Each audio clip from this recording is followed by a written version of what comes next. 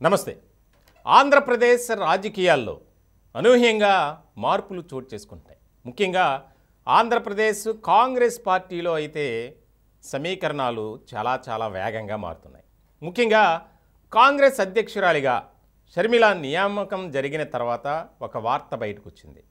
అదేంటంటే రాజశేఖర్ రెడ్డి గారు సతీమణి, రాష్ట్ర ముఖ్యమంత్రిగా ఉన్నటువంటి వైఎస్ జగన్మోహన్ రెడ్డి గారి తల్లి వైఎస్ విజయమ్మ గారు కాంగ్రెస్ పార్టీలో చేరబోతున్నారు అనే వార్త ఇప్పుడు మొత్తం రాష్ట్ర వ్యాప్తంగా ఇదే వినిపిస్తుంది. నిజం చెప్పాలంటే గతంలో వైఎస్ఆర్సీపీలో ఉంటూ జగన్తో నడిచినటువంటి విజయమ్మ కొన్ని అనివార్య కారణాల వల్ల తెలంగాణలో పార్టీ స్థాపించినటువంటి తన కుమార్తె షర్మిలతో ప్రయాణం సాగింది. ఇట్లాంటి నేపథ్యంలో గత ఏడాది క్రితం వైఎస్ఆర్సీపీ ప్లేనరీ సమావేశాల్లో ఉద్విగ్నభరితంగా మాట్లాడినటువంటి విజయమ్మ గౌరవ అధ్యక్షురాలు పదవికి రాజీనామా చేస్తున్నానని ఒక కీలకమైనటువంటి ప్రకటన చేశారు. అప్పటి నుంచి వైఎస్ఆర్సీపీ నిర్వహించే ఏ కార్యక్రమంలో కూడా పాల్గొనడం లేదు విజయమ్మ.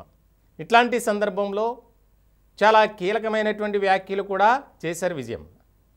2 రాష్ట్రాల్లో మా పిల్లలు ఉన్నారు కాబట్టి, ఎందుకనంటే నేను ఎక్కడో ఒక చోటే ఉండాలి కాబట్టి నా కుమార్తెతో నా ప్రయాణం ఉంటుంది అని చెప్పి ప్రకటన చేసినటువంటి విజయమ్మ ఇప్పుడు కుటుంబ సభ్యుల కోరిక మేరకు కాంగ్రెస్ పార్టీలో చేరడానికి సిద్ధమయ్యారు అనే వార్త ఏపీ రాజకీయ వర్గాల్లో బాగా వినిపిస్తుంది.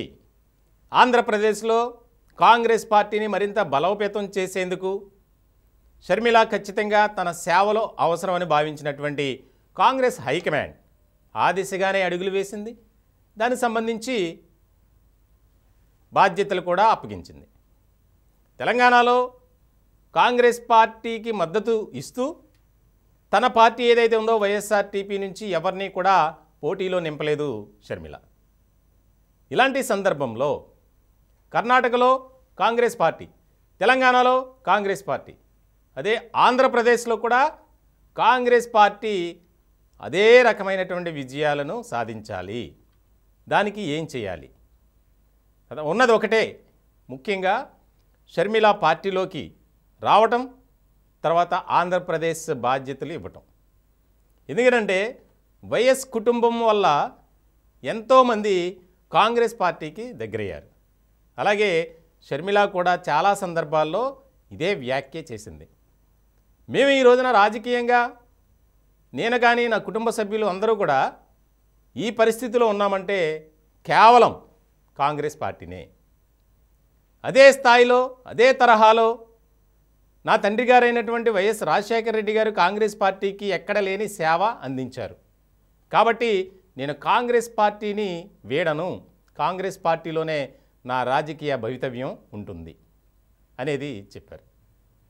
ఇటువంటి నేపథ్యంలో చాలా కీలకంగా మారినటువంటి అంశంగా మనం చెప్పుకోవాలి. ఆంధ్రప్రదేశ్ రాజకీయాలు ఎలాగా మారుతాయి, ఏ విధమైనటువంటి సమీకరణాలు చోటు చేసుకుంటాయనేది ఇక్కడ కీలకంగా మారింది. ఇప్పటికే ఆంధ్రప్రదేశ్లో కాంగ్రెస్ పార్టీ అంతంత మాత్రమే. ఇప్పుడు ఒక్కసారిగా కాంగ్రెస్ పార్టీ పుంజుకుంటుంది అనేది ఒక అంశం కింద మారిపోయింది. ఇప్పటికే వైఎస్ఆర్సీపీ నుంచి ఎవరైతే అసంతృప్తి నేతలు ఉన్నారో వారంతా కాంగ్రెస్ పార్టీలోకి క్యూ కట్టడం ఖాయం అనేది కూడా బాగా వినిపిస్తుంది.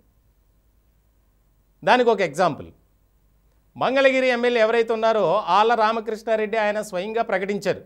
వైఎస్ఆర్సీపీలోంచి బయటకు వచ్చిన తర్వాత కొద్ది రోజులకి నా ప్రయాణం షర్మిలమ్మతో నడుస్తుంది, ఆమె ఏ పార్టీలో ఉన్నా సరే అని. ఇట్లాంటి సందర్భంలో షర్మిలకు అనుకూల అంశాలు ఉన్నాయి, ప్రతికూల అంశాలు ఉన్నాయి.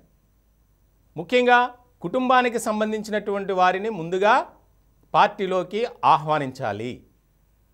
దానిలో భాగంగానే ప్రధానంగా తన తల్లిగారైనటువంటి వైఎస్ విజయమ్మ, తర్వాత భర్త బ్రదర్ అనిల్ కుమార్, తర్వాత ఇప్పుడు తన తండ్రి నిందితులు ఎవరైతే హత్యా నిందితులు ఉన్నారో వారి కోసం పోరాటం ఉద్యమం చేస్తున్నటువంటి వివేకా కూతురు వైఎస్ సునీతారెడ్డి, ఆవిడ కూడా కాంగ్రెస్ పార్టీలోకి రావడానికి సిద్ధంగా ఉన్నట్లు మొత్తం పొలిటికల్ వింగ్స్లో ఎక్కువగా ప్రచారం జరుగుతుంది.